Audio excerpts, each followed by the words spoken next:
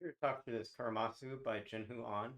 But I guess first it's good to kind of continue the update since I've been using this channel to inform you about my mental health, maybe give some different details I hadn't given before about those things. And there's a lot of my personality I hold back, but I think it's useful to understand things. Certainly, instead of the puzzle community has been knowing to reach out and think of me in different ways. And Simon Anthony of Cracking the Cryptic hit something in a video. Most of you, probably all of you, connected the dots to the song "No Surprises" for me, and Tom spelled with an H being sort of an important part of that.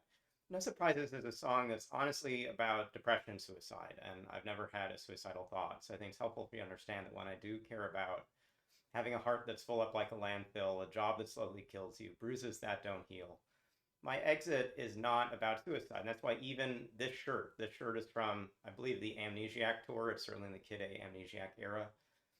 The words at the bottom, which weren't on camera, right hand pull trigger, left hand shrug shoulder, are honestly not very comforting words, but Radiohead in different ways has given me comfort. And if the last video was about OK Computer, I think some form of the ongoing videos will be, again, hopefully telling you some bits about my life, what I think through. A lot of the last day is about everything in its right place. And that's because the story of my manic episode is a story about the good endorphins I mentioned yesterday of puzzles taking me to be manic, thinking that the whole of the world was constructing a puzzle hunt against me. And this house here has a lot of my own memories of my life. And so, like this morning, here's me recognizing I've written a message on my bathroom mirror that says, "Remember 0 to infinity." And you probably can't see all the letters in this when you see this photo, but at some stage in a manic moment, I took, and I have memories of this, but I can't put them all together in an order. Took some water, used my finger, put something on the mirror. And when I had some of my good friends, actually one good friend, kind of come into the house and clean up, doing stuff like didn't get rid of signs like this. So there's something interesting about a person who loves puzzles, who knows the comfort in puzzles, who doesn't ask for help. If you read sort of the Twitter at Dr. Sudoku, you'd see like one of my life actions is to say I've played all the Final Fantasies, or most of them at least. I've never used a Mega Elixir because that to me seems, it's asking for too much help to get through a hard challenge. But I really want to make Mega Elixirs, and I think that's a space of I was solving non-existent puzzles slash constructing non-existent puzzles because I also wanted to challenge you all to know how to like work through my house and do stuff. If this is some extreme form of a Caltech ditch day stack, and I had like 6 rooms in my house and they were being set up to be broken into by me in other ways, like there's definitely crazy here. But remember 0 to infinity, like finding this in my mirror. There's something about this community that's important as we work through things, figure out how to get everything in its right place. Understand the box may have been opened, but there are notes not to do so. So I'm trying to understand that. But that's not for today. That's at least part of my character.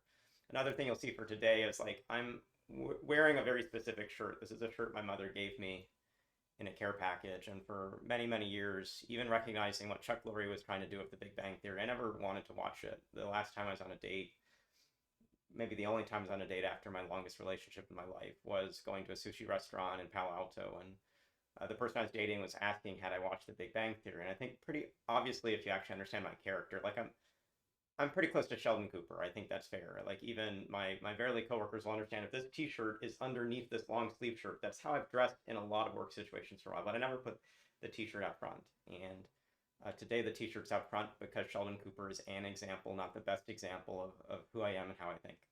So it's opening up to you and then reading your comments and getting responses back. It's been eye-opening how important it is to sometimes understand what others, particularly others that people respect, have gone through to find things through your heart. So I'm not embarrassed to wear a rock paper scissors lizard Spock shirt today. I'm still a little upset that like paper disproves Spock is how that works, but I think that's the point. Like if Spock is super brilliant, peer reviewed, sort of other things may be the thing that holds back Spock. So like please write papers about me. Spock doesn't trust that a paper can disprove himself, but there's something to do there. Anyway, that is intro is in some ways to just fill the time because this puzzle is not going to take me long to solve. It's another brilliant puzzle by JinHoo. It's a great introductory puzzle. It's a 1-star puzzle. It's a good example on the side of if someone's starting a style, where to begin. And something we've never done is put the rules on the right side of these steps. But let's sort of recognize as you read through them how they go. I'm going to do this puzzle a little differently this time. I'm just going to solve it, not talk to you about it. I'm going to sort of, go through the steps I would normally do. I'm then going to back up and describe the rules and then sort of show you how sort of the way I solved it was the way I solved it. I don't have the clock in the field of view, but let's just say go.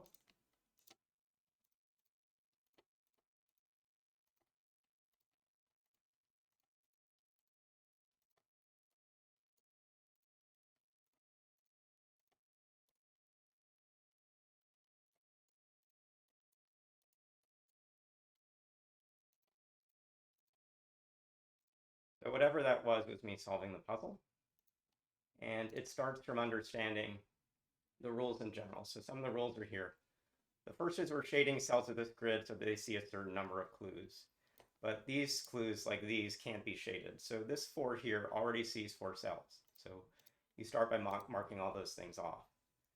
All these next numbers will see 1 more or 2 more or 3 more from this 4. So they have to have this kind of a stepladder effect for this to be true. And every cell around a black cell can be marked now as part of the byte group. And that 4, 5, 6, 7 at the top is honestly the same at the bottom. Again, you see 4 straight cells, and there's a 5th, there's a 6th, there's a 7th. This just builds itself. We now have a cul-de-sac. For this whole grid to be connected, we have to get out of this cul-de-sac, so we have to take this cell and come up here. And Anna sets that 4 clue number to be this large, puts in a 5, puts in a 6 with these 2 black cells. I was looking specifically to see if I had connectivity worked out, and I do. And we're now sort of on this side where, now that you've marked some cells you see, recognize where these also see all these things. This is a big problem if this sees the cell, so this has to be marked in. We actually know that if this 4 is even just 0, we have to see 1 more here and 2 more here. That's a different way at the start of the puzzle without sort of doing it like I was doing it. We could just always say that this cell, and these cells were able to be seen, in part because you have to get 1 further out when you're on a border clue. And notice this weird connection, like the last video I did was from JinHoo and again about border clues. So at some stage, I think this is all a setup for me, where I hadn't solved this puzzle until just the time before I posted it. Anyway, back to here, like we now actually, when we've got this choice, we have to put 1 more for the 5, 1 more for the 6, but now we've intercepted this clue and we know for sure we see 4 horizontally, 5, 6. We can now put in this, but now we have to have this be the staircase back. And in doing that, we have a solution to the puzzle. There's something I have erased but have to fix in marketing, and that's a way to solve Kuromasu. And besides Kuromasu, start to open up more about my life.